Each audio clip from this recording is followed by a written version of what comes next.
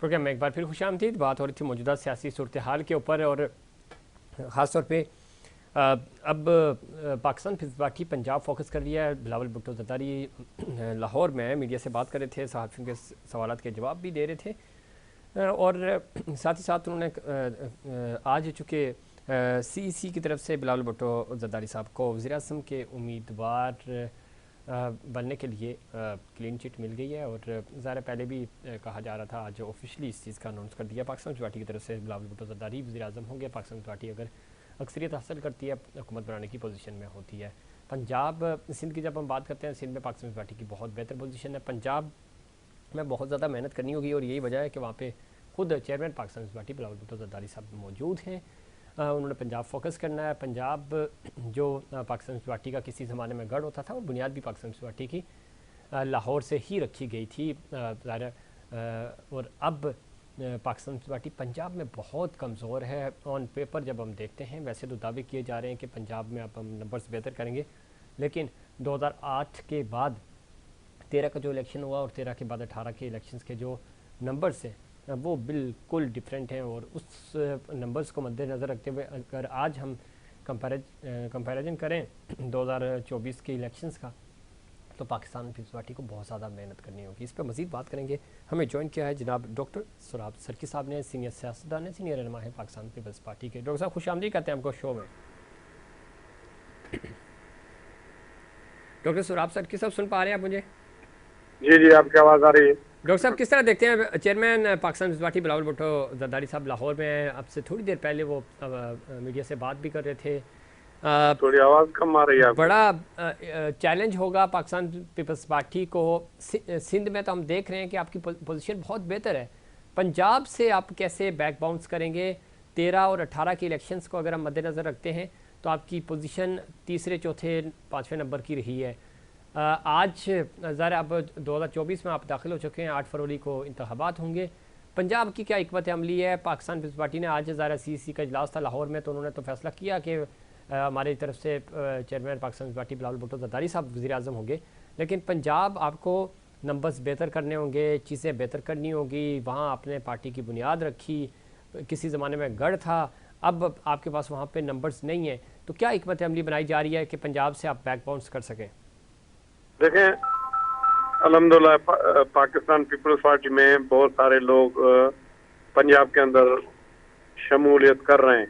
ठीक है। और पहले आप सही कह रहे हैं कि पाकिस्तान पीपल्स पार्टी की वहाँ पर इतनी पोजीशन नहीं थी।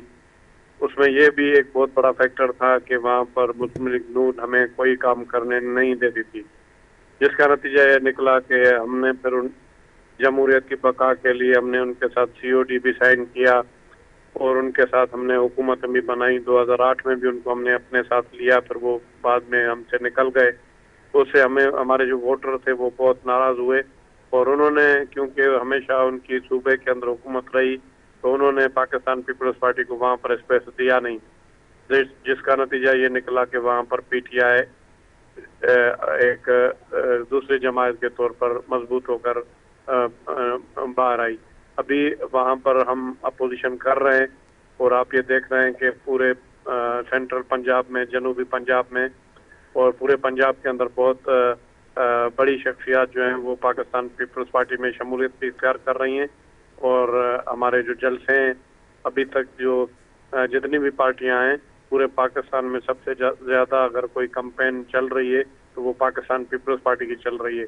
और इंशाल्लाह ताला आपको पता है कि एक ऐसा वक्त था कि हमें पंजाब में से एक या 2 सीटें मिली थी 97 के अंदर।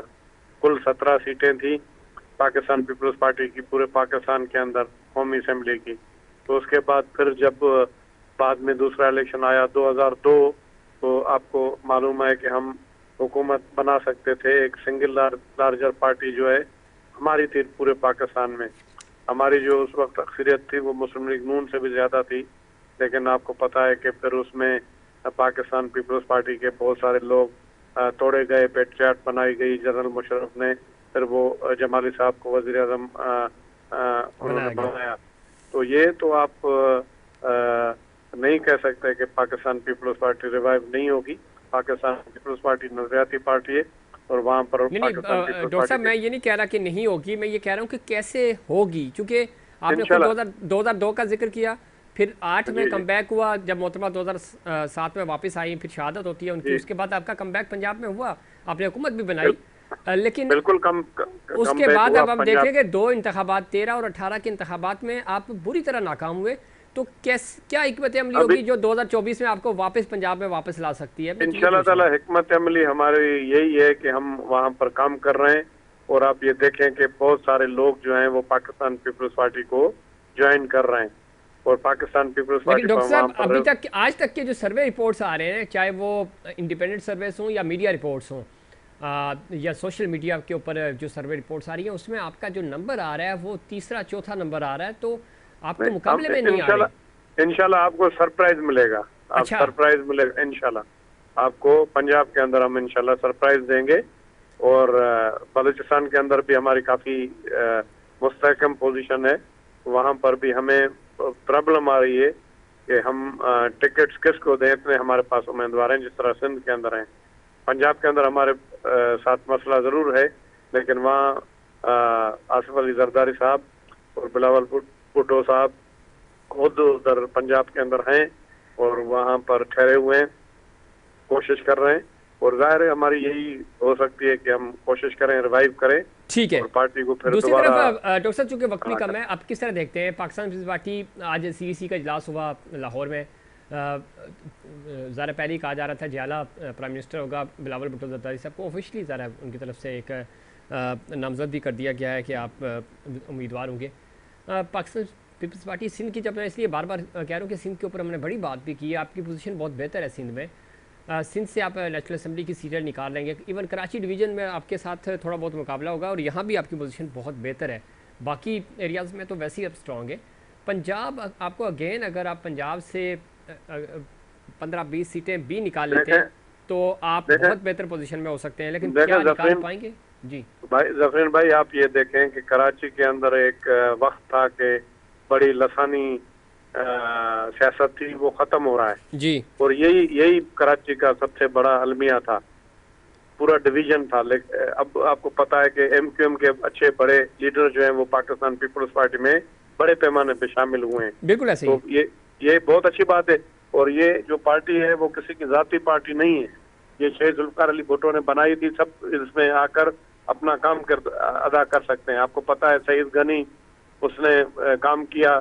मुर्तजा वहाब जो कि इलेक्ट भी नहीं हुए थे पहली मरतबा एज आ काउंसलर, वो मेयर बन गए। किसकी वजह से बने? पाकिस्तान पीपल्स पार्टी की वजह से बने ना। जी और अगर ये कहा जाए तो वो हैं भी उर्दू स्पीकिंग माज।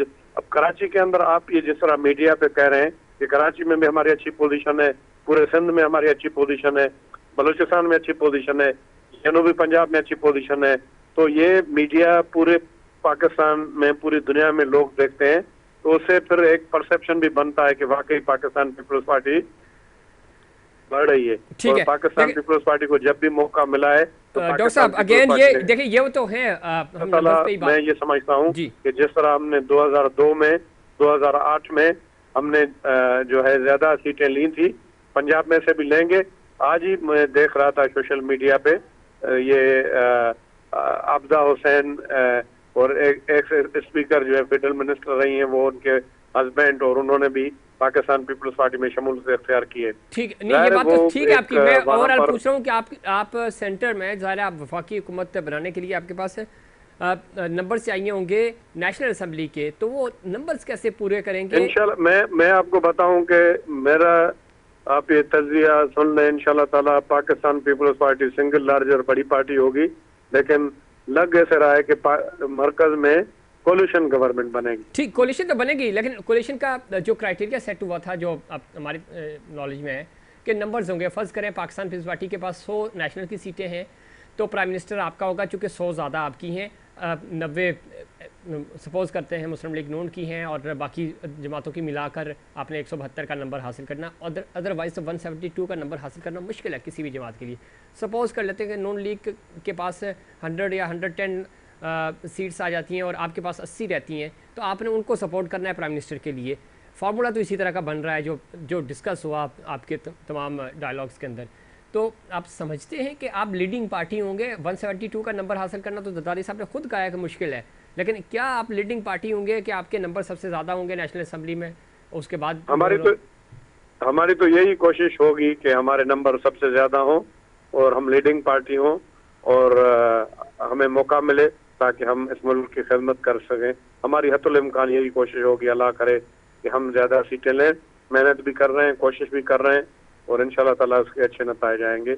है तो अल्लाह के हाथ में, बाकी ये है कि हम अपनी तरफ से भरपूर कोशिश कर रहे हैं ताकि ज़्यादा से ज़्यादा हम सीटें लें। ठीक है। दूसरा आखिरी सर सवाल है, चूँकि मौलाना साहब कह रहे हैं कि इलेक्शन जो है वो मुलतवी होने चाहिए, दहशतगर्दी का सामना है, मौसम की सख्तियाँ भी हैं जब हम KP और अपर एरियाज़ की बात करते हैं, आप समझते हैं कि जायज़ मुतालबा है थोड़ा बहुत डिले हो जाने चाहिए? बिल्कुल बिल्कुल नहीं, किसी भी सूरत में इलेक्शन डिले नहीं होने चाहिए। मुल्क के लिए अच्छा नहीं है जैसे भी हालात हों। इससे बुरे हालात में इलेक्शन हुए हैं जब आपको पता है कि उत्कर्ष हमले हो रहे थे, मोहतरमा बेनजीर भुट्टो को शहीद कर दिया गया। सर 2013 में आप NP और MQ को तो कैंपेन भी नहीं चलाने दी गई, कैंपेन भी चलाने नहीं दी गई, आपको पता है। लेकिन बहुत शुक्रिया डॉक्टर सराफ सरकी साहब प्रोग्राम में वक्त देने के लिए। और इंतखाबात वक्त पे होने चाहिए ताकि जमहूरी प्रोसेस से आगे बढ़ सके, सियासी हुकूमत आए, नई हुकूमत आए और वो फैसले कर सके, पाकिस्तान के हक में बेहतर फैसले कर सके। ये था हमारा आज का प्रोग्राम।